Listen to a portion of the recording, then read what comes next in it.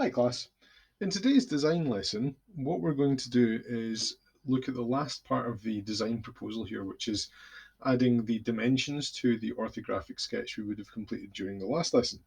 Now, obviously, if you haven't got as far as completing the orthographic sketch, which is this bit over here, then you wouldn't really be able to move on to this lesson yet. So my advice would be simply to go back to wherever your previous stage was, and if you still need to complete the orthographic sketch, look at the previous lesson, try and get caught up with that before you attempt this.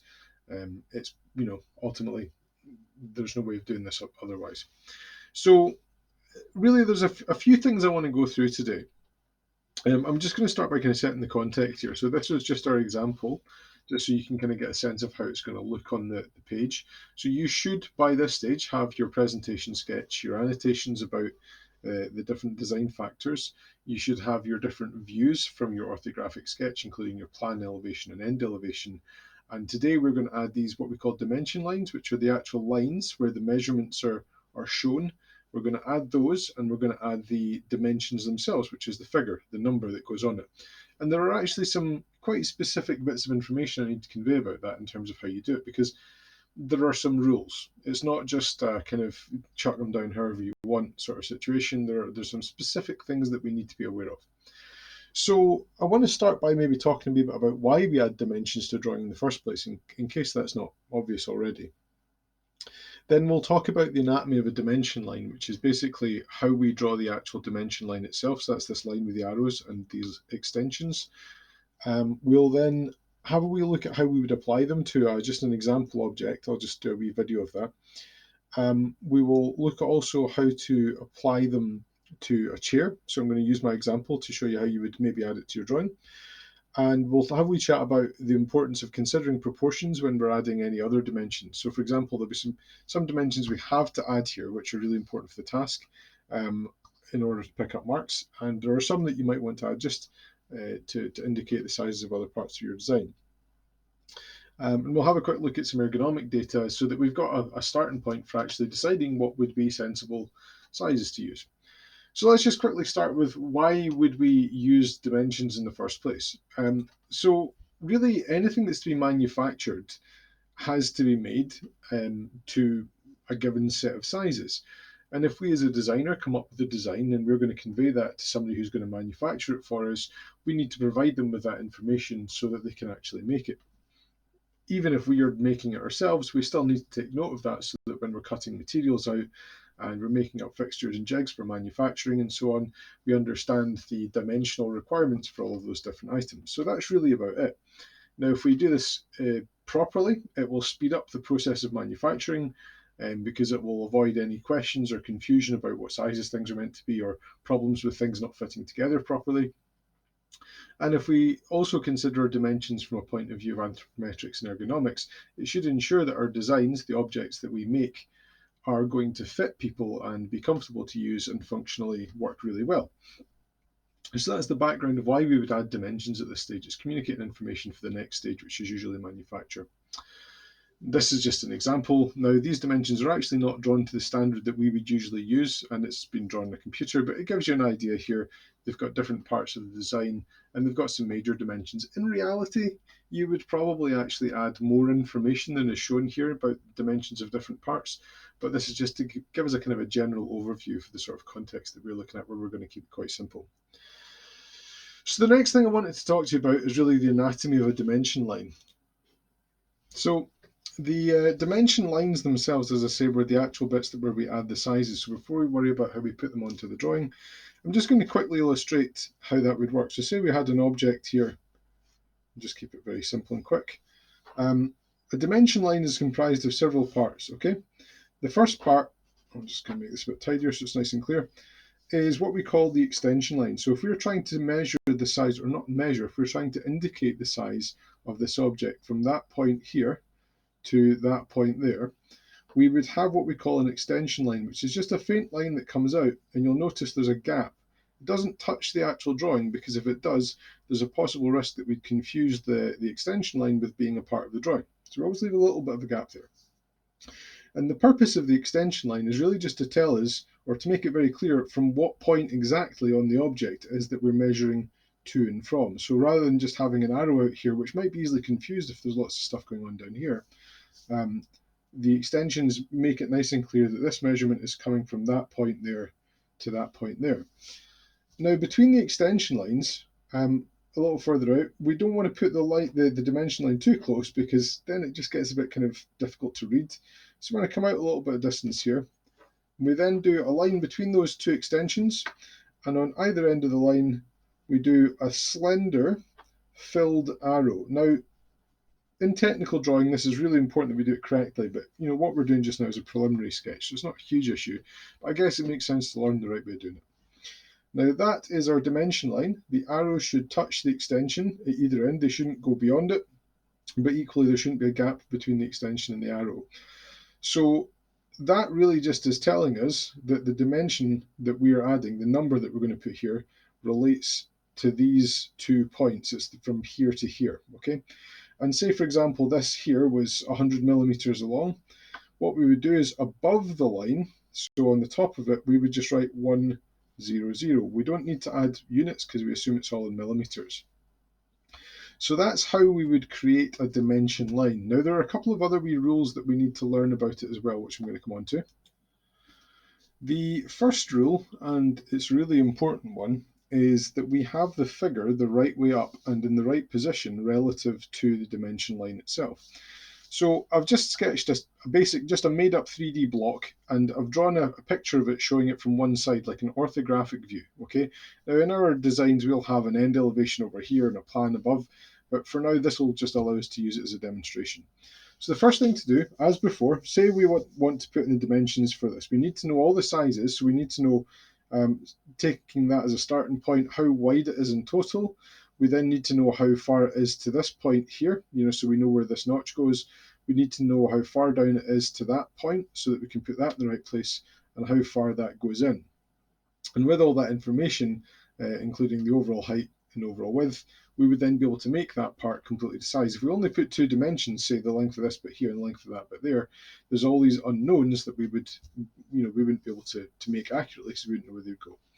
So for now, we're just going to add some dimension lines, and I'm not going to record this because I don't want to take longer than necessary.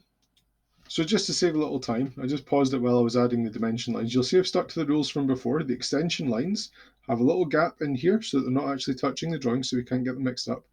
The dimension lines touch the extensions at either end with a slender filled arrow. And there's a bit of a gap, so we're not drawing it crammed up right against the surface, and that will become apparent why that's important in a moment. Now, there's a rule about how the number is drawn on the line. Now, the number is always drawn on the line, so it's sitting on the top of the line, as though we were viewing the page from the bottom. So say we're looking at it, this being up, okay? So we're looking at it from the bottom. So for these 2 dimensions, I've got a line at the top and a line at the bottom. Say this one up here was 120. The figure, that is to say the number, would be written in the middle of the line at the top there. Try not to draw on the line as though you were on a notepad. We want a little gap there so it doesn't get confused. And at the bottom here, again, it would be on top of the line. So it's not on the outside. We wouldn't draw underneath. We would draw on the top of the line, so it's in here. So let's just say that that bit there was going to be, I don't know, let's just call it 30, okay? So the figure is on top of the line when viewed from the bottom of the page. Now, what happens if we have these lines which are going vertically? Because obviously there's no top of the line because the line's going that way. Well, what we do is we always look at the page from either the bottom, like here, or the right-hand side of the page. So we imagine that we turn the page round so that we're looking at it this way. And then we think about it in terms of the top being that way round. So in this case, again, say that was about 30, we would add a 30 there. So it's on top of the line, looking at the right side of the page as our bottom. And at that side here, again, on top of the line, so we'd probably say that that one's going to be in the ballpark of about 40. Okay, so that's the rule. Figures should always be on top of the line when viewing the page from the bottom or the right side of the page. We should always make sure we have little gaps at the extension lines. We should use solid arrows. And the other thing that we want to try and avoid is putting dimension lines inside the object, okay? Because again, that can get confusing where we've got other details in here. So wherever possible, we want to put dimension lines outside the object, and we want to try, if we can, to avoid having extension lines crossing over lines from part of the object. So for example, if we were trying to measure this distance from here to here, we wouldn't do a dimension line or an extension line from here up through there, and then one from here, because then it would cross over a line. What we would do is we'd put it in here, so we would put maybe an extension line down. And then because we actually have a solid surface here, we don't need an extension that side. We just add our dimension line in, and it would just touch off on the other end here. So say, let's just call that 60. Okay. If you have a really small space where it's difficult to add a size, we can add an extension line in like this. So we can put our figure on the outside. So we can just add a little extension to the dimension line there.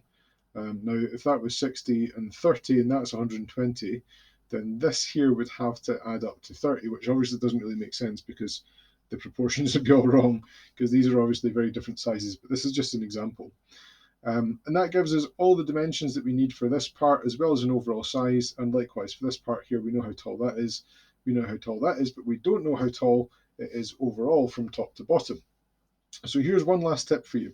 Where you have several dimensions on one side, you always want to make sure that you work your way out from the smallest to the largest, so that they nest inside each other like Russian dolls. You know, those dolls that are kind of smaller and smaller as they get inside. So here, if we want an overall size, we take an extension from here, we make that one longer, and then we do another dimension line further out, and that allows us to add more than one dimension on one side, but they don't ever end up having the extension lines crossing over each other, whereas if this smaller one was further out, that extension line there would have to cross over the bigger one. So this is where we can put in all that extra information that we might need. Now we'll just call that, say, 70 for the sake of argument. Okay. Again, sticking to that rule, size is always on top when we're looking at the page from the bottom, so they're always on that side of the line, or from the right hand side, they're always on that side of the line. Okay, so that's our example.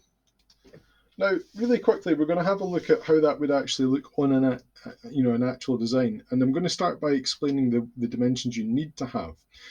The dimensions you need to show are the height to the seat itself, the part that you sit on from the ground, the height of the back of the chair, so that's the bit that your back would go against, from the seat surface to the top of that, the width of the bit that we sit on, so that's this width here, the bit that we're actually going to sit on for our hip breadth, and yeah, can't remember if I actually said it, but the length of the seat. So basically, from ground to seat, length of the seat, so that's from the back of your backside to the back of your knees, and the distance from here up to your shoulder, as well as the width of your hip breadth. So what we're going to do is just start by doing something really simple, and that's just adding the dimension lines. We're not even going to worry about what sizes they're going to be. We're just going to add the dimension lines to our drawing. And this is where having 3 views can be really useful, because it might be a bit cluttered to try and fit them all around one. So I'm going to choose which views are easiest for me to add those dimensions to without them getting cluttered. And I'm also going to think about where I put them, because I want to put them where there is space. So for example, up here is going to be quite difficult because there's not a huge amount of space. I'm going to make sure there's space to add them clearly. So let's start with the overall height of the bit that we sit on. We could add that on this view here quite easily. So we would do an extension line at the very top of that and at the side of the seat down here. So we're going to do an extension line in both those places. We want the extension line to come out to about the same distance, so they're both about as far out as each other, even if they have a different starting point. So that would allow us to do our overall height of the seat to the top there. So we'll add in our dimension line between our extensions with our arrows. And that would actually probably be quite a good place for adding the height of the seat as well. So we could put another extension line out here. And actually, to be honest, if I'd been thinking about this, I would have put both these lines a bit further out, because it would just have looked a bit neater, but not to worry. So we're going to put another dimension line between these. It would have looked a bit neater if I'd put that one further out so that they were both in line, but it doesn't really matter. Okay, so that's us got the height of the seat and the height of the back. We then need the the depth of the bit that we sit on, so that's the seat surface here. So the easiest place to put that is probably going to be on this view. So I'm going to do an extension line from the front edge of the seat coming up, and then a line from there going back to the inside surface of the seat, because remember, if it's going to touch a surface, we don't need an extension line there, unless you wanted to take one up from there, but I don't know that that's necessary.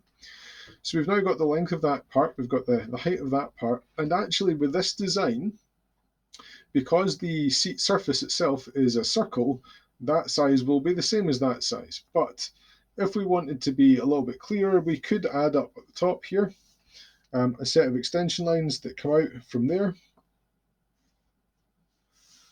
so that we would show the width of the seat, just to make it nice and clear that that's the same. Now, in actuality, because it's a circle, there's a special way that we define the size of circles when we're adding dimensions. But we'll come to that in a wee moment.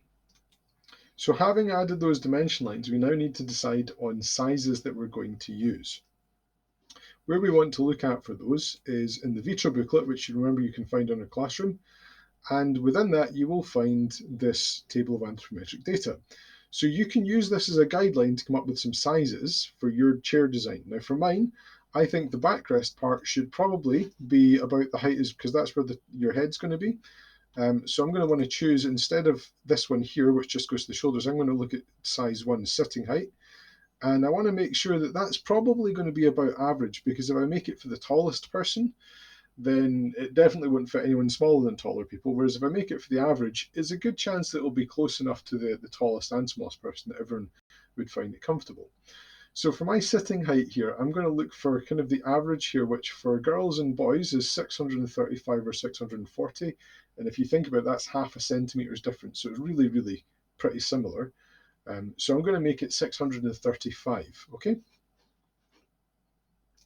So on here, this dimension here, I'm going to make that 635, okay? Now, next, we want to think about the height of the seat. So looking at our dimensions here, that's going to be this one here, number 4, the popliteal height. And generally, it's better to go with a smaller height there, because a taller person will not find it uncomfortable to be in a short chair, whereas vice versa, it will be more uncomfortable for a small person to sit in a chair that's too tall. So when we look through the list here of the different sizes, we can see that 250 is the lowest in the range and 340 is the tallest. So I would probably want to choose something nearer the bottom end of there. But we also need to consider looking at the proportions. If that's 635 and that's 250, it's definitely not going to look right, because this is, 250 is less than half of that, which this is obviously a bit bigger than. So I would maybe have to come up with either a change of the drawing. So I would maybe need to make this bit a bit shorter, so that it would look in proportion if I was going to make it 250, or I would maybe just accept that it's going to be a little bit bigger than that and make it somewhere in between. So I would maybe make it 200 and say 270, 280, because that's only 2 centimeters, 3 centimeters taller, which is about that much. It's not really a large amount. So I'm going to make this size here 280. Okay. The depth of the seat here, again, if we have a look here, that's probably going to be based on this size here, number 3, but also because mine is going to be the same size there and there. We want to find a good balance between 3 and 5. And again, we probably want to make that near the smaller end of the range rather than the larger end, certainly for the length. But because ordinarily you'd make the length the smaller range and the width for the largest range, we will probably just choose somewhere in the middle. Okay, and again, there's not necessarily a right or wrong answer here. It's just up to you to choose a size within this kind of range that seems appropriate, so that it's in the right ballpark. So 3 and 5, smallest and largest, 255, 360, 185, 260. So what I'm probably going to do is I'm going to make that about, I think looking at that, it's about 280. So I'm going to make this about the same, because it looks about the same size on my page anyway. So I'm going to make this size here 280, okay? And actually, because it's a circle, we would use a symbol here for diameter, which is a circle with a score through it. And we would do the same up here if this was going to be a circle. Now, we could make it an ellipse, so it's wider than it is taller, but I wanted it to be a circle, so we'll make it that size. So that's me added all the dimensions that I need to add. At this stage, if I wanted to, I could also add some other dimensions to show the sizes of other parts, like for example, just the width of the base here. So we could just add in dimension lines on whichever view we wanted, maybe doing it here or doing it at the bottom here.